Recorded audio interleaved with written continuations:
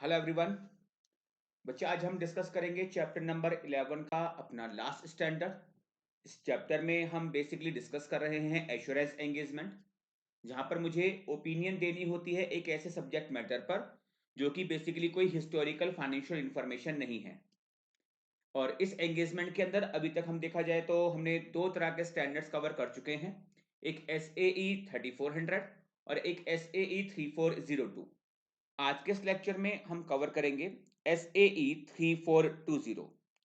अच्छा स्टैंडर्ड है और मैं कह सकता हूं कि चैप्टर नंबर 11 में स्टैंडर्ड में से अगर कोई क्वेश्चन पूछे जाने के अच्छे चांस हैं तो ये स्टैंडर्ड उनमें से एक है। बहुत ही बेसिक सा स्टैंडर्ड है और मानते हुए चलिए कि अगर अगले 20 से 25 मिनट या लगभग चलो आधा घंटा अगर आप मेरी बात को बहुत ध्यान से आप सुनेंगे तो स्टैंडर्ड हमेशा के लिए आपका हो जाएगा। स्टैंडर्ड में जितनी बातें फिर ये लिखी हुई हैं नोट्स के अंदर, ये केवल रीडिंग करना मात्र एक केवल एक औपचारिकता रह जाएगी, इसके अलावा कुछ भी नहीं होगा।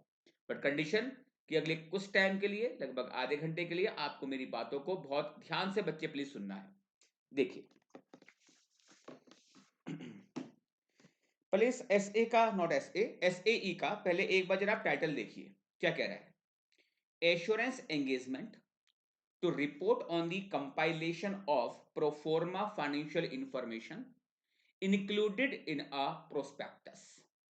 टाइटल क्या है शायद समझ में ना आया हो, समझते हैं। चलिए देखिए ध्यान से, बात को प्लीज बच्चे बहुत ध्यान से सुनना है। एक कंपनी है A लिमिटेड, ठीक, ये एक लिस्टेड कंपनी है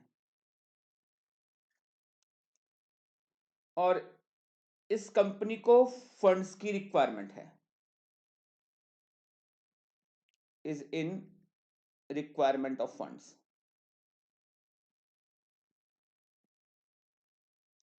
रिक्वायरमेंट्स ऑफ फंड्स, और इसको फंड की रिक्वायरमेंट है सपोज 100 करोड़ रुपीस की। पर्पस क्या है कि ये बेसिकली किसी एक कंपनी को जो इसी के ही कह सकते हो कि जिस इंडस्ट्री में काम करती है उसी इंडस्ट्री से बिलोंग करती है, और सपोज कि ये कंपनी टेक ओवर करना चाहती है बी लिमिटेड को।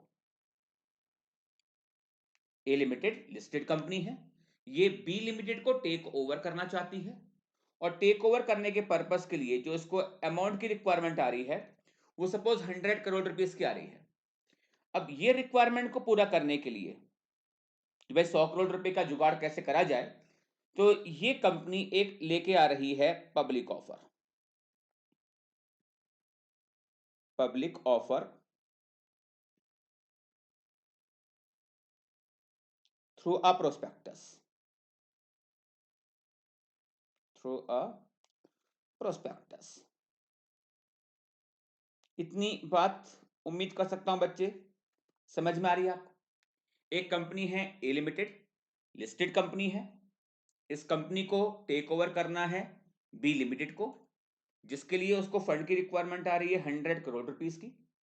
और ये रिक्वायरमेंट को पूरा करने के लिए, ये 100 करोड़ रुपए का जुगाड़ करने के लिए ये कंपनी ने डिसाइड किया कि चलो एक पब्लिक ऑफर लेके आते हैं और प्रोस्पेक्टस इशू करते हैं एक। और जब आप प्रोस्पेक्टस लेके आते हो तो उसमें आप पर्पस भी बताते हो कि किस पर्पस के लिए पब्लिक ऑफर आया है। तो इस प्रोस्पेक्टस के अंदर, प्रोस्पेक्टस के अंदर पर्पस बताया गया, पर्पस बताया गया to take over, to take over B limited, कि भाई कंपनी को एक दूसरी कंपनी को टेक ओवर करना है बी लिमिटेड, इस पर्पस के लिए हमें 100 करोड़ रुपए की रिक्वायरमेंट है। अब ये देखिए, अगर आप केवल प्रोस्पेक्टस में इतनी बात बोलते हो तो ठीक है कि भाई आपने पब्लिक ऑफर दिया, ऑफर में जो भी टर्म्स एंड कंडीशन थी वो आपने बताया, और ये फंड की रिक्वायरमेंट कंपनी को क्यों आ रही है, यानी कि इस पब्लिक ऑफर को लाने के पीछे कंपनी का एक पर्पस क्या है वो बताया कि भाई हम बी लिमिटेड को टेक ओवर करना चाहते हैं।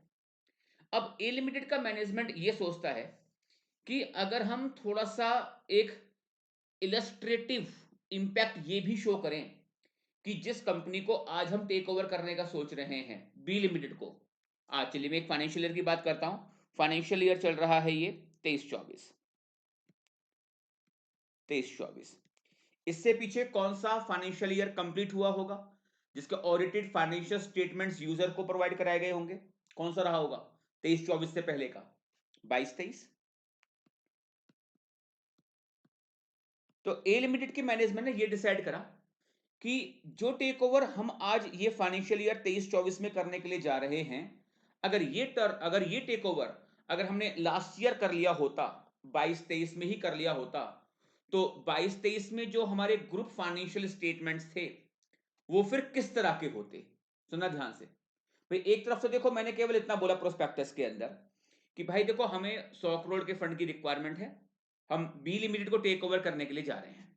और फिर आपने प्रोस्पेक्टस में उस पब्लिक ऑफर से रिलेटेड जितनी भी टर्म्स एंड कंडीशन थी वो आपने बता दी। लेकिन अगर ए लिमिटेड का मैनेजमेंट ये डिसाइड करता है कि प्रोस्पेक्टस के अंदर हमें एक इलस्ट्रेटिव इंपैक्ट भी दिखाएं कि जिस कंपनी को हम टेक ओवर करने के लिए आज जा रहे हैं किस फाइनेंशियल ईयर में 23-24 में, अगर ये टेक ओवर इस साल ना करके अगर हमने लास्ट ईयर ही कर लिया होता, लास्ट ईयर कौन सा 22-23, एक इमेजनरी थिंग है ये कि इस साल ना करके अगर हमने लास्ट ईयर किया होता 22-23 में क्या होता, तो फिर 22-23 के जो ग्रुप फाइनेंशियल स्टेटमेंट्स थे वो अभी जो आपको दिखाई दे रहे हैं इस तरह के हैं, वो इस तरह के ना होके कुछ इस तरह के होते। तो एक इलस्ट्रेटिव इंपैक्ट भी प्रोस्पेक्टस के अंदर दिखाया जा रहा है। पर्पस तो नो डाउट आप बताएंगे, बट पर्पस के अलावा प्रोस्पेक्टस में एक चीज और बताई गई कि जो टेक ओवर हम 23-24 में करने के लिए जा रहे हैं, अगर ये टेक ओवर हमने 23-24 में ना करके लास्ट ईयर ही किया होता, 22-23 में किया होता, तो 22-23 का जो हमारा एक ग्रुप फाइनेंशियल स्टेटमेंट है उसका रिजल्ट किस तरह का होता, वहां पर परफॉर्मेंस किस तरह की शो होती, वहां पर पोजीशन किस तरह की शो होती, ये आपने एक इलस्ट्रेटिव इंपैक्ट भी प्रोस्पेक्टस में डाला। अब सोचिए कि प्रोस्पेक्टस में आपने नो डाउट कि 22-23 के आपने जो आपके कंपनी के ऑडिटेड फाइनेंशियल स्टेटमेंट हैं 22-23 का एक्चुअल तो कंपनी के पास है। लेकिन अगर मैं ये कहता हूं कि ये टेक ओवर 23-24 में ना करके अगर 22-23 में क्या होता, तो 22-23 कुछ इस तरह का ना होके कुछ इस तरह का होता, तो ये बताइए कि जो मैं ये इमेजिन कर रहा हूं क्या ये वास्तव में है? नहीं, ये मैं केवल एक उनको एक पिक्चर शो करा रहा हूं कि ये टेक ओवर हमने लास्ट ईयर किया होता तो टेक ओवर के बाद रिजल्ट कुछ 22-23 का जो एक्चुअल ये है वो इस तरह का ना होके कुछ इस तरह का होता। तो अगर ऐसा कुछ इलस्ट्रेटिव इंपैक्ट आपने इस चीज का अपने प्रोस्पेक्टस में भी डाला है, तो फिर यहां पर सेबी की रिक्वायरमेंट आती है और सेबी कहता है कि भाई साहब देखो, अगर आपने प्रोस्पेक्टस के अंदर एक इलस्ट्रेटिव इंपैक्ट भी शो किया है ताकि यूजर्स को, यू नॉट यूजर, जो कि प्रोस्पेक्टिव इन्वेस्टर हैं आपके, उनको डिसीजन मेकिंग में हेल्प मिल सके कि कंपनी के इस पब्लिक ऑफर के लिए अप्लाई करना चाहिए या नहीं करना चाहिए, वो इजीली एक डिसीजन मेकिंग कर सकें, अगर इस पर्पस के लिए ऐसी कुछ इंफॉर्मेशन को भी प्रोस्पेक्टस में डाला गया है, तो फिर उसकी ऑडिट होनी चाहिए। तो फिर उसकी ऑडिट होनी चाहिए, उसके ऊपर भी प्रॉपर एक एश्योरेंस रिपोर्ट आनी चाहिए। फिर से देखिए कि प्रोस्पेक्टस में जब मैं बात कर रहा हूं प्रोस्पेक्टस की, तो प्रोस्पेक्टस के अंदर एक इलस्ट्रेटिव इंपैक्ट भी शो किया गया है कि अगर ये टेक ओवर 22-23 में हुआ होता तो 22-23 के ग्रुप फाइनेंशियल स्टेटमेंट में financial performance and financial position किस तरह की होती।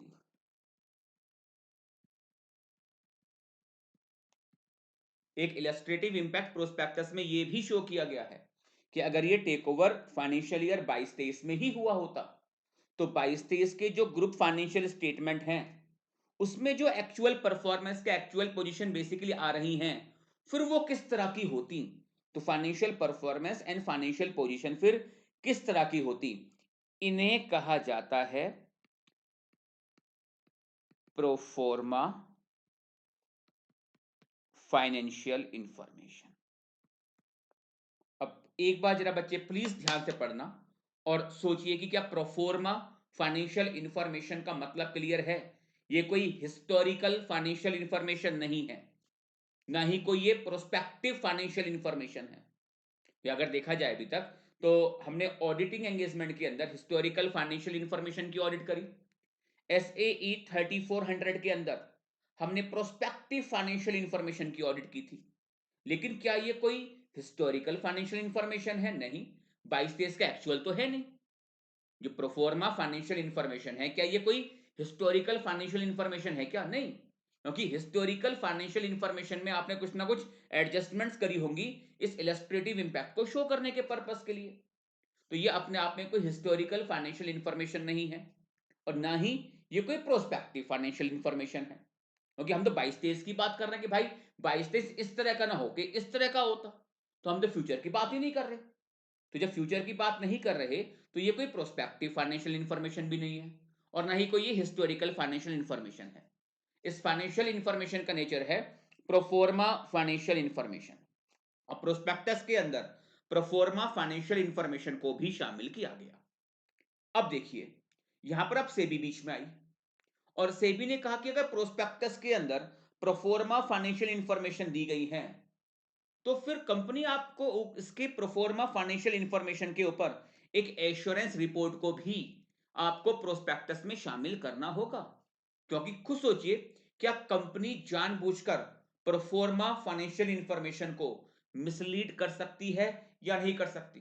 मैं बेसिकली देखो यूजर को ये कह रहा हूं प्रोस्पेक्टस के जरिए कि 22-23 देखो जो आपको दिखाई दे रहा है ना, मैं उनको पहले 22-23 का एक्चुअल दिखा रहा हूं। ये 22-23 इस तरह का ना होके इस तरह का होता अगर ये टेक ओवर हमने लास्ट ईयर ही कर लिया होता। तो मैं तो देखा जाए वहां पर 22-23 की जो एडजस्टमेंट्स करूंगा एक्चुअल डेटा के अंदर, मैं इतनी बड़ा चढ़ा के करूंगा, फाइनेंशियल परफॉर्मेंस को बहुत अच्छा दिखाऊंगा, फाइनेंशियल पोजीशन को मैं बहुत अच्छा दिखाऊंगा, ताकि यूजर ज्यादा से ज्यादा ये जो पब्लिक ऑफर आया है 100 करोड़ रुपए का उसमें सब्सक्राइब करे। ये बताओ क्या यहां पर यूजर के साथ एक चीटिंग हो सकती है या नहीं हो सकती? चांसेस पूरे हैं। तो भाई सेबी ने कहा देखो अगर आप केवल प्रोस्पेक्टस में पर्पस वगैरह बता रहे हो, ठीक है, करिए प्रोस्पेक्टस को आप इश्यू। लेकिन अगर आपने प्रोस्पेक्टस के अंदर एक इलस्ट्रेटिव इंपैक्ट को भी शो किया है प्रोफोर्मा फाइनेंशियल इंफॉर्मेशन के जरिए, तो फिर आपको इन प्रोफोर्मा फाइनेंशियल इंफॉर्मेशन को एग्जामिन करवाना होगा और इसके ऊपर एक जो रिपोर्ट आती है वो रिपोर्ट को भी आपको इसी के साथ शामिल करना होगा, क्योंकि प्रोफोर्मा फाइनेंशियल इंफॉर्मेशन के जरिए कंपनी इस पोजीशन में आ जाती है कि वो यूजर को मिसलीड कर सके, क्योंकि एडजस्टमेंट तो करनी है ना इसके अंदर, कुछ इस तरह का ना हो गया कुछ इस तरह का होता, तो एडजस्टमेंट्स तो होंगी हिस्टोरिकल फाइनेंशियल इंफॉर्मेशन में ही होंगी। तो अगर ऐसा हो रहा है तो जानबूझकर गलत एडजस्टमेंट करके यूजर को मिसलीड करके उनसे बेटा क्या करवाया जा सकता है, कंपनी में इन्वेस्टमेंट करवाया जा सकता है। तो अब इस बात पर सेबी ने बीच में रिक्वायरमेंट ऐड कर दी कि प्रोफोर्मा फाइनेंशियल इंफॉर्मेशन की भी आप ऑडिट करवाइए, इनको एग्जामिन करवाइए और यहां पर प्रॉपर आप इसके ऊपर एक रिपोर्ट प्रोस्पेक्टस के अंदर आप शामिल कीजिए। क्लियर है? तो ए लिमिटेड ने ऐसा ही किया और ए लिमिटेड ने इसका एक इलस्ट्रेटिव इंपैक्ट भी प्रोफोर्मा फाइनेंशियल इंफॉर्मेशन के जरिए अपने प्रोस्पेक्टस में शामिल किया, ऑडिट रिपोर्ट को प्रॉपर शामिल किया। तो अब जब मैं इस कंपनी में ए लिमिटेड में प्रोफोर्मा फाइनेंशियल इंफॉर्मेशन को एग्जामिन करने के लिए जा रहा हूं तो मेरे ऊपर एसएई 3420 एप्लीकेबल होगा। बात समझ में आई? पहले एक बार जरा टाइटल पढ़ो कि अब टाइटल समझ में आया या नहीं आया। Assurance engagement. Sir assurance engagement क्यों? Because standard on assurance engagement 3420 ये इस सीरीज के अंदर जो एंगेजमेंट होते हैं आपके, इसके अंदर आपको एश्योरेंस ही देना होता है, बट इतना होता है कि इस एश्योरेंस का जो सब्जेक्ट मैटर होगा वो हिस्टोरिकल फाइनेंशियल इंफॉर्मेशन नहीं होती। तो assurance engagement to report on compilation of pro forma financial information included in a prospectus, कि प्रोफोर्मा फाइनेंशियल इंफॉर्मेशन को प्रॉपरली कंपाइल किया गया है या नहीं किया गया। प्रोफोर्मा फाइनेंशियल इंफॉर्मेशन कहां पर आती हैं? एक प्रोस्पेक्टस के अंदर। इतनी बात समझ में आई? देखिए ध्यान से, SAE 3420 deals with the reasonable assurance engagement. Sir reasonable क्यों? ध्यान देना, ऑडिटिंग एंगेजमेंट हमने किस तरह के एश्योरेंस लेवल की बात की थी? सर रीजनेबल एश्योरेंस की हमने बात की थी। इसके बाद हम चले गए थे रिव्यू एंगेजमेंट के अंदर। रिव्यू एंगेजमेंट के अंदर हमने एक लिमिटेड एश्योरेंस की बात की थी, बिकॉज ऑडिट के कंपैरिजन में वहां पर आप जो परफॉर्म करते हो प्रोसीजर्स वो काफी कम होते हैं, तो वहां पर हमने एक रीजनेबल एश्योरेंस की बात ना करके लिमिटेड एश्योरेंस की बात की थी। इसके बाद चलिए मूव कर जाते हैं रिलेटेड सर्विसेज में। वहां पे तो कोई एश्योरेंस ही नहीं था, बिकॉज रिलेटेड सर्विस के अंदर बेसिकली में कोई एश्योरेंस लेके ही नहीं चलता, वो एक तरह का नॉन एश्योरेंस एंगेजमेंट था। अब जब हम SAE पर आते हैं, तो जब हमने पहला SAE कवर किया था 3400 के अंदर, तो वहां पर हम एक मॉडरेट एश्योरेंस की बात कर रहे थे, एक लिमिटेड एश्योरेंस की हम बात कर रहे थे। वहां पर हम नेगेटिव एश्योरेंस देके आ रहे थे, बिकॉज कुछ एजम्पशंस वगैरह पे बात करनी थी। लेकिन इससे पहले जो स्टैंडर्ड कवर किया हमने SAE 3402, जहां पर हमने SO के इंटरनल कंट्रोल पे कुछ बातें की थी, उस जगह पर आपने रीजनेबल एश्योरेंस की बात की थी, और यहां पर भी आपका जो एश्योरेंस लेवल होगा वो रीजनेबल होगा। इस जगह पर MCQ बन सकते हैं।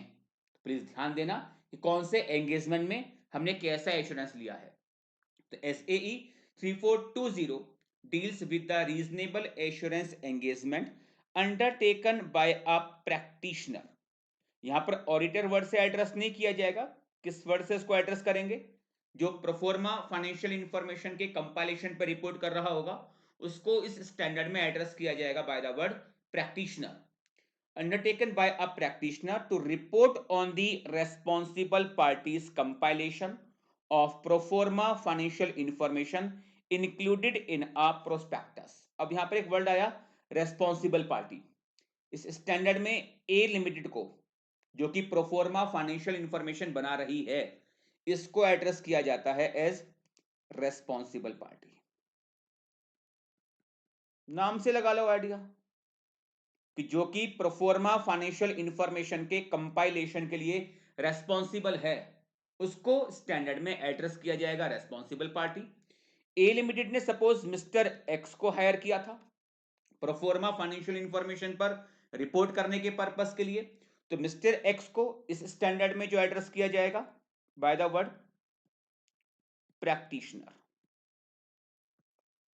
क्लियर? तो एक बार फिर से पढ़ लीजिए, SAE 3420 deals with the reasonable assurance engagement undertaken by a practitioner to report on the responsible parties compilation of pro forma financial information included in a prospectus. It applies where such reporting is required by securities law or regulation of the security exchange in the jurisdiction in which the prospectus is to be issued, or this requirement is generally accepted practice in such jurisdiction। ये standard आपका कब applicable होगा?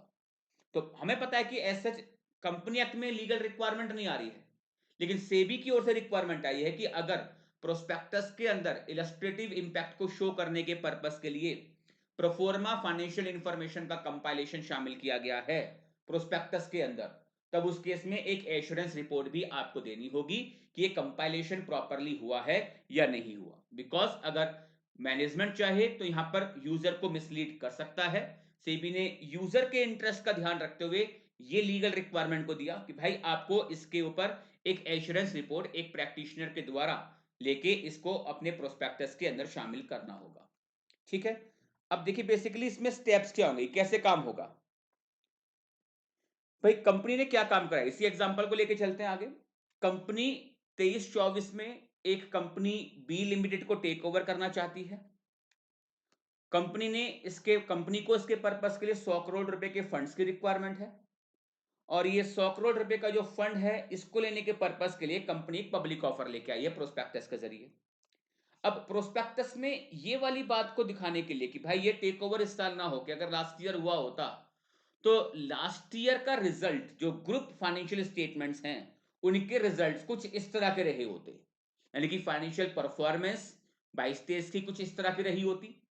31 मार्च 2023 को जो financial position basically balance sheet है, group balance sheet की जिसको हम बात करते हैं, कंसोलिडेटेड बैलेंस शीट, वो कुछ इस तरह की होती। तो ये चीजों को आपको एक इलस्ट्रेटिव इंपैक्ट के जरिए प्रोस्पेक्टस में शामिल करना है। तो बेसिकली काम क्या होगा, देखिए ध्यान से, इस चीज को ध्यान से आप देखना। यहां पर बेसिकली क्या होगा कि कलर चेंज करते हैं,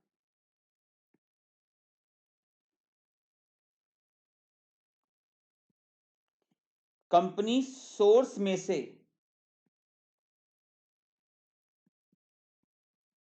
एक्सट्रैक्ट करेगी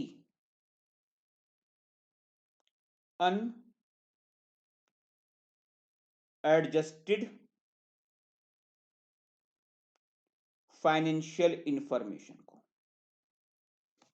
कंपनी एक सोर्स में से एक्सट्रैक्ट करेगी, एक्सट्रैक्ट करने का मतलब क्या होता है, निकालना, क्या, अनएडजस्टेड फाइनेंशियल इंफॉर्मेशन। सर ये वाली बात समझ में नहीं आई। अच्छा, ये बताइए कि मैं कौन से फाइनेंशियल ईयर के लिए एक इलस्ट्रेटिव इंपैक्ट को प्रोफोर्मा फाइनेंशियल इंफॉर्मेशन के जरिए अपने प्रोस्पेक्टस में शामिल करने के लिए जा रहा हूं। कौन से फाइनेंशियल ईयर का इलस्ट्रेटिव इंपैक्ट दिखाया जा रहा है, कौन सा है वो, 23-24 या 22-23? सर 22-23।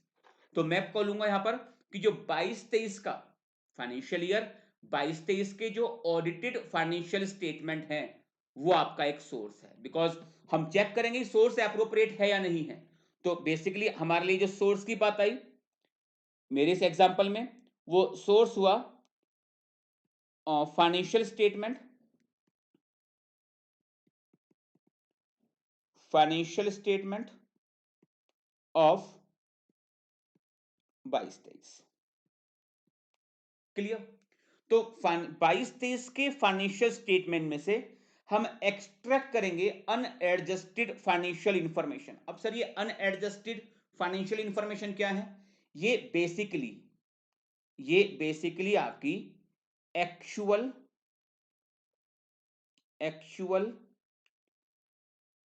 हिस्टोरिकल फाइनेंशियल इंफॉर्मेशन है जिनके ऊपर प्रोफोर्मा एडजस्टमेंट्स की जाएंगी। सर बात समझ में नहीं आ रही, क्या चल रहा है ये? मतलब बहुत सिंपल सी बात है। अगले 15 मिनट के लिए, बिकॉज मैंने आधे घंटे की बात की थी, आई थिंक 15 मिनट के आसपास हो चुका होगा, तो अगले 15 मिनट के लिए सुन लो ध्यान से। टॉपिक लाइफ टाइम के लिए आपका रहेगा, कभी कोई कंसेप्चुअल मिसअंडरस्टैंडिंग वगैरह कभी भी आपको नहीं होगी। पर्पस समझ में आ गया ना? हाँ सर, पर्पस तक तो बात समझ में आई थी। आगे चलिए। मैनेजमेंट का पहला काम क्या होगा भाई? मैनेजमेंट एक सोर्स में से कुछ डेटा निकालेगा। बिकॉज मैं देखा जाए तो कंपनी को बेटा पूरे के पूरे 22-23 को शो नहीं करना। हम केवल 22-23 में अगर हम बात करें तो फाइनेंशियल ईयर 22-23 में रिवेन्यू फ्रॉम ऑपरेशन किस तरह के निकल के आ रहे थे, या ऑपरेटिंग एक्सपेंस किस तरह के निकल के आ रहे थे, मैं केवल उन कुछ डेटा के ऊपर एडजस्टमेंट करूंगा। 22-23 के सारे डेटा के ऊपर आपको एडजस्टमेंट्स नहीं करनी। मैं केवल उन की डेटा के ऊपर फोकस करूंगा जो कि मेरी परफॉर्मेंस के ऊपर या पोजीशन के ऊपर एक मैटेरियल इफेक्ट लेके चल रहे होंगे। तो मुझे पता है कि हाँ, यूजर को मुझे कुछ एक पिक्चर दिखानी है, यूजर को मुझे 22-23 की एक बदली हुई पिक्चर दिखानी है। बात समझना, यूजर को प्रोस्पेक्टस के जरिए 22-23 की एक बदली हुई पिक्चर दिखानी है। तो 22-23 की बदली हुई पिक्चर, क्योंकि 22-23 ऐसा ना होके कुछ ऐसा होता अगर ये टेक ओवर हमने 22-23 में कर लिया होता। तो 22-23 की एक बदली हुई पिक्चर मुझे दिखानी है। तो 22-23 की दिखानी है तो सोर्स क्या बना? फाइनेंशियल स्टेटमेंट 22-23 के। इतनी बात क्लियर है? अब 22-23 के फाइनेंशियल स्टेटमेंट में तो दुनिया भर की फाइनेंशियल इंफॉर्मेशन होंगी। क्या सबके सबके ऊपर कुछ ना कुछ एडजस्टमेंट्स की जाएंगी? नहीं, मैं वहां से कुछ की डेटा, जैसे कि जो टर्नओवर का डेटा होता है, रिवेन्यू का डेटा होता है, कुछ उसको लूंगा मैं। ठीक है? वहां पर फिर जो एक्सपेंस होते होंगे, कुछ मेजर एक्सपेंस है, परचेज है या एम्प्लॉय बेनिफिट एक्सपेंस है, कुछ मेजर एक्सपेंस को उठाऊंगा कि जिससे मेरे प्रॉफिट के ऊपर या पोजीशन के ऊपर एक मैटेरियल इंपैक्ट पड़ रहा होगा। हम केवल कुछ उस डेटा को वहां से लेके आएंगे। सारे के सारे डेटा से मुझे क्या मतलब? अब कहने को तो खर्चे ऐसे भी होते हैं कि आपने कोई सपोज रिवेन्यू एंड जो पोस्टेज स्टैंप होती हैं, कोरियर चार्जेस वगैरह होते हैं, इस पे खर्चे आपके बहुत कम होते हैं, ये कोई इतना मैटेरियल इंपैक्ट नहीं पड़ने जा रहा। लेकिन भाई अगर एक कंपनी को मैं अब इस साल टेक ओवर ना करके लास्ट ईयर ही किया होता, तो हमारे ग्रुप फाइनेंशियल स्टेटमेंट किस तरह के होते? तो वहां पर सेल्स का डेटा मेन होगा, ठीक है, उसका जो परचेस का डेटा है वो एक मेन डेटा होता, उनके जो एम्प्लॉय बेनिफिट एक्सपेंस होते हैं वो आपका एक मेन डेटा है, यानी कि जो मेरे प्रॉफिट के ऊपर इंपैक्ट डालेगा या जो हमारे फाइनेंशियल पोजीशन पे इंपैक्ट डालेगा, हम कुछ उस डेटा के ऊपर फोकस ज्यादा करेंगे। तो वही डेटा जो यूजर के डिसीजन मेकिंग के पर्पस के रेलिवेंट हो सकता है, या वो डेटा जो कि ग्रुप फाइनेंशियल स्टेटमेंट की परफॉर्मेंस या जो पोजीशन निकल के आ रही है उस पर्पस के रेलिवेंट है, हम केवल कुछ उस डेटा के ऊपर काम करेंगे, 22-23 के सारे डेटा पर काम नहीं करना। तो सोर्स तो हुआ फाइनेंशियल स्टेटमेंट ऑफ 22-23, वहां से एक्सट्रैक्ट किया जाएगा, निकाला जाएगा वो डेटा जिसके ऊपर मुझे एडजस्टमेंट्स करनी है। तो वो डेटा जिसके ऊपर आपको एडजस्टमेंट्स करनी है अभी करी नहीं है, अभी तो केवल मैं 22-23 में से वो डेटा निकाल रहा हूं, और फिर इसके ऊपर मैं एडजस्टमेंट्स करूंगा। एडजस्टमेंट कैसे? कि भाई जो बी लिमिटेड का डेटा होगा वो मैं इसमें शामिल करूंगा, तो वो एडजस्टमेंट्स होंगी, पर अभी तो नहीं करी ना, इसलिए इसको बोल रहे हैं अनएडजस्टेड फाइनेंशियल इंफॉर्मेशन।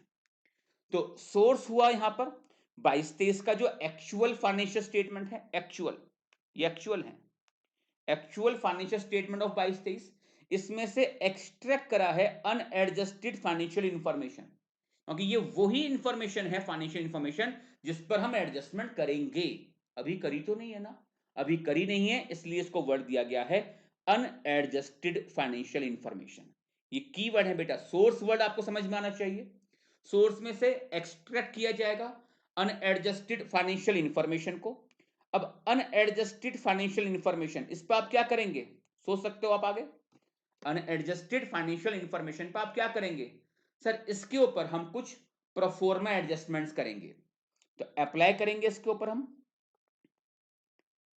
अप्लाई करेंगे प्रोफोर्मा एडजस्टमेंट्स, और प्रोफोर्मा एडजस्टमेंट जब इनके ऊपर अप्लाई होंगी तो अब ये बनेंगी proforma financial information, proforma financial information. इसको आप ऐसे देखिए कि 22-23 का जो फाइनेंशियल स्टेटमेंट था, मैंने वहां से जो ग्रुप का आपका रिवेन्यू है, ग्रुप का रिवेन्यू, सपोज कि ग्रुप का रिवेन्यू था 300 करोड़ रुपए का, वो मैंने वहां से एक्सट्रैक्ट करा।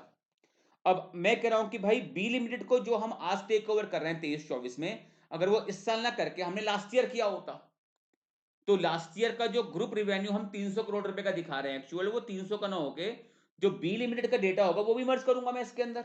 सपोज कि बी लिमिटेड का जो रेवेन्यू था वो 100 करोड़ रुपए का था, बी लिमिटेड का जो टर्नओवर था, रेवेन्यू था 22-23 का, वो सपोज 100 करोड़ रुपए का था। तो भाई इसके ऊपर मैंने इसमें 100 करोड़ रुपए को मैंने ऐड करा, और फिर ये कहा कि भाई देखो 22-23 का जो एक्चुअल ग्रुप रिवेन्यू है, रिवेन्यू फ्रॉम ऑपरेशन, वो कितना है 300 करोड़ रुपए का। तो मैंने ये करा, क्या करा है, ग्रुप रिवेन्यू को मैंने यहां से एक्सट्रैक्ट किया है। कहां से? आपके जो ग्रुप फाइनेंशियल स्टेटमेंट थे वहां से मैंने एक इंफॉर्मेशन को एक्सट्रैक्ट करा। तो ग्रुप रिवेन्यू जो है वो बेसिकली क्या है, अनएडजस्टेड फाइनेंशियल इंफॉर्मेशन है। Group revenue unadjusted financial information है। अब इसके ऊपर मैंने करी एक प्रोफोर्मा एडजस्टमेंट। प्रोफोर्मा एडजस्टमेंट क्या है कि मैंने वहां पर 100 करोड़ रुपए को ऐड करा है, ये बनी आपकी प्रोफोर्मा एडजस्टमेंट, प्रोफोर्मा एडजस्टमेंट, कि मैंने 100 करोड़ रुपए को वहां पर ऐड किया, और ऐसे करके जो 400 करोड़ निकल के आ रहा है, ये 400 करोड़ निकल के आई एक प्रोफोर्मा फाइनेंशियल इंफॉर्मेशन। तो ऐसे ही एक एक करके, एक एक करके मैं सोर्स में से इंफॉर्मेशन को एक्सट्रैक्ट करूंगा। जिस इंफॉर्मेशन को एक्सट्रैक्ट किया जा रहा है उसको टेक्निकली नाम क्या दिया गया है इस स्टैंडर्ड के अंदर, अनएडजस्टेड फाइनेंशियल इंफॉर्मेशन। उस अनएडजस्टेड फाइनेंशियल इंफॉर्मेशन पे अप्लाई किए जाते हैं प्रोफोर्मा एडजस्टमेंट, और ये बन जाती है प्रोफोर्मा फाइनेंशियल इंफॉर्मेशन। तो एक एक करके प्रोफोर्मा फाइनेंशियल इंफॉर्मेशन बनेंगी, और फिर उसका होगा कंपाइलेशन। ध्यान देना, प्रोफोर्मा फाइनेंशियल इंफॉर्मेशन, तो एक एक करके एक एक करके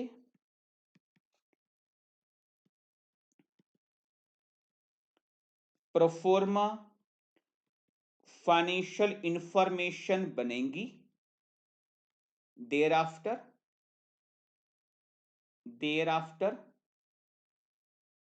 उनका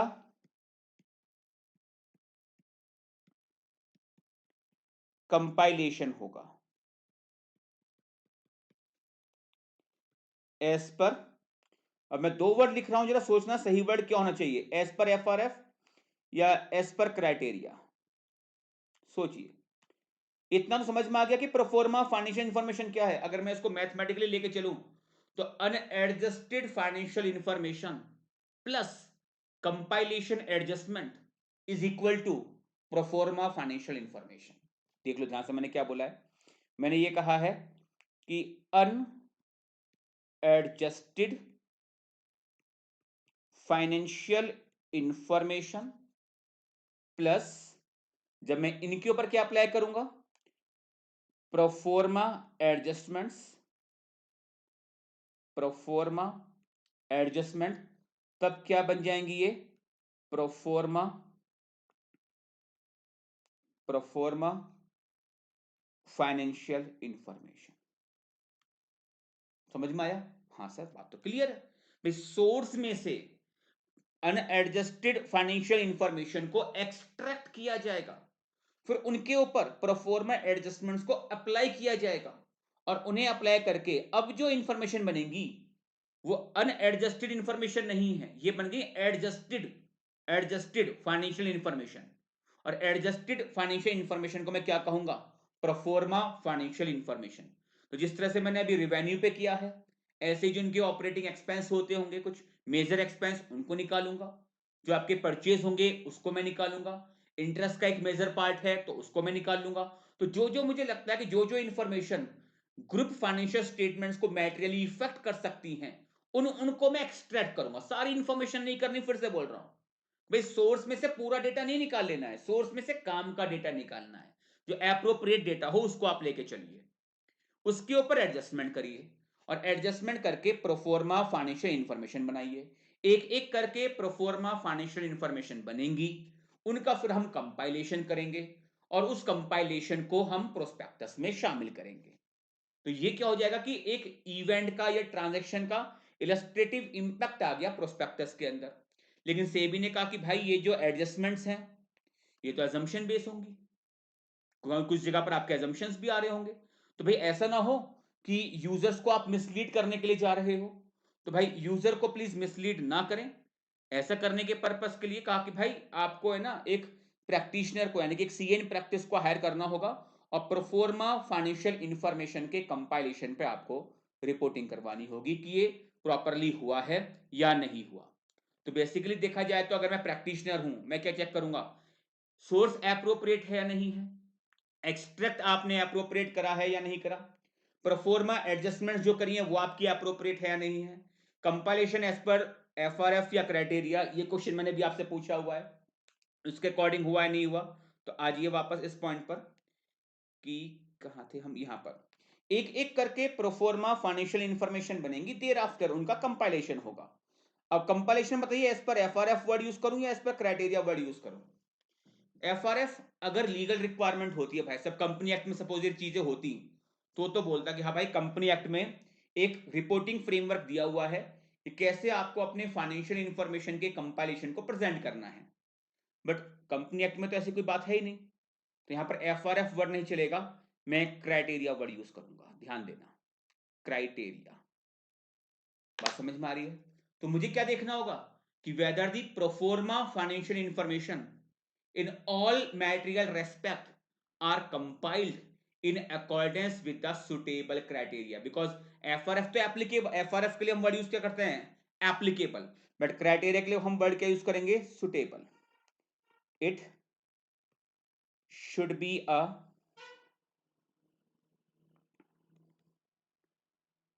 suitable criteria. अब सुटेबल क्राइटेरिया कैसे डिसाइड करेंगे भाई, अगर कोई सेबी ने कोई फ्रेमवर्क दे रखा है, कोई क्राइटेरिया दे रखा है, तो वो सुटेबल क्राइटेरिया होगा। और अगर नहीं है तो भाई साहब फिर मैनेजमेंट के जजमेंट आएंगे कि भाई उनको ये क्राइटेरिया सही लग रहा है for the purpose of presentation of compiled information, इसको हम बोलते हैं compilation of proforma financial information. तो या तो सेबी का अगर कोई फ्रेमवर्क है, कोई क्राइटेरिया है, उसे यूज किया जाएगा, और इनकेस कोई लीगल क्राइटेरिया नहीं दिया हुआ है तो ठीक है, फिर वहां पर मैनेजमेंट के जजमेंट्स आएंगे। देखिए ध्यान से, एज ऑडिटर क्या चेक करना होगा जब हम सोर्स की बात करते हैं, तो source should be appropriate, should be appropriate. Source appropriate होना चाहिए। एक्सट्रैक्ट जो आपने करा है, it should also be appropriate, should be appropriate.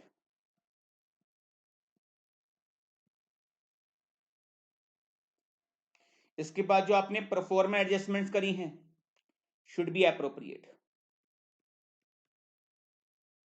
Should be appropriate. Criteria के लिए मैंने, सॉरी नॉट क्राइटेरिया, हाँ क्राइटेरिया के लिए मैंने एक वर्ड यूज कर लिया है, सुटेबल। तो क्राइटेरिया आपका होना चाहिए should be suitable, should be suitable. ठीक है, और मुझे चेक करना है फिर इसका भाई प्रेजेंटेशन आपने करा है एज पर सुटेबल क्राइटेरिया या नहीं किया हुआ। तो प्रैक्टिशनर की जिम्मेदारी होगी, रेस्पॉन्सिबिलिटी ऑफ प्रैक्टिशनर क्या निकल के आ रही है, responsibility of practitioner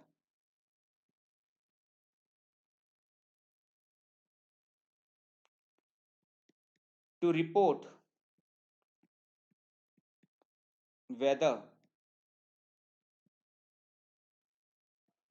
proforma financial information, short में लिख दिया PFI, pro forma financial information in all material respects are compiled in accordance with the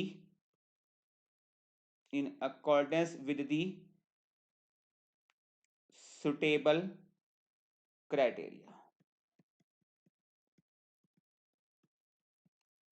clear? इतना ही है ये स्टैंडर्ड, बिलीव मी। अगर इतना जितना मैंने अभी तक आपको बताया है, अगर ये सारी बातें बच्चे आपको समझ में आ चुकी हैं, तो आप जो हम नोट्स को रेफर करेंगे, स्टडी मटेरियल के कंटेंट को जब हम रेफर करेंगे, उसमें बिल्कुल भी परेशानी आपको नहीं आएगी। बात क्लियर है? हाँ सर, इतनी बात हमें समझ में अच्छी तरह से आई है। एक बार फिर से सर हमें स्क्रीन पे शो करके समराइज कर दीजिए तो और मजा आ जाएगा। देख लीजिए इसको ध्यान से। सोर्स में से, एप्रोप्रिएट सोर्स में से अनएडजस्टेड फाइनेंशियल इंफॉर्मेशन को एप्रोप्रिएट तरीके से एक्सट्रैक्ट किया जाएगा। अब जो अनएडजस्टेड फाइनेंशियल इंफॉर्मेशन को एक्सट्रैक्ट किया गया है, उनके ऊपर compilation adjustment, not compilation adjustment, proforma adjustment, proforma adjustments को अप्लाई किया जाएगा। तो यानी कि जब अनएडजस्टेड फाइनेंशियल इंफॉर्मेशन के ऊपर, अनएडजस्टेड फाइनेंशियल इंफॉर्मेशन के ऊपर जब प्रोफॉर्मा एडजस्टमेंट्स अप्लाई होती है, तो वो बन जाती हैं प्रोफॉर्मा फाइनेंशियल इंफॉर्मेशन। एक एक करके प्रोफॉर्मा फाइनेंशियल इंफॉर्मेशन को बनाते रहेंगे और फिर उनका कंपाइलेशन करेंगे as per the suitable criteria. ये जिम्मेदारी मैनेजमेंट की होगी, और एज प्रैक्टिशनर आपका रोल ये होगा कि whether the prospective financial information in all material respect our compiled in accordance with the suitable criteria और नॉट। अकॉर्डिंगली यहां पर अनमॉडिफाइड या मॉडिफाइड एज द केस में भी आप अपनी ओपिनियन को एक्सप्रेस करके आ जाओगे। इतनी बात बच्चे समझ में अगर आपको आ चुकी है, तो अब इस स्टैंडर्ड में कुछ भी टेक्निकलिटी आपके लिए बची ही नहीं है। केवल रीडिंग करने मात्र से एक आधी जगह शायद उलझ जाओ, वरना रीडिंग करने मात्र से ही अब आपको सारी चीजें यहां पर समझ में आती हुई चलेंगी। तो स्टैंडर्ड पे एक बार जो कंटेंट है उसकी ओर रेफर करें। हाँ सर, इतना तो हमको समझ में आ गया कि नोटिंग करी है आपने। इनकेस अगर नहीं करी है तो वीडियो को चाहे तो पॉज करके ये नोटिंग जरूर कर लेना, बिकॉज इस नोटिंग के सहारे आपको ये स्टैंडर्ड हमेशा रिकॉल हो जाएगा, कभी इसमें प्रॉब्लम आ ही नहीं सकती। ठीक है, चलते हैं, देखिए ध्यान से। Proforma financial information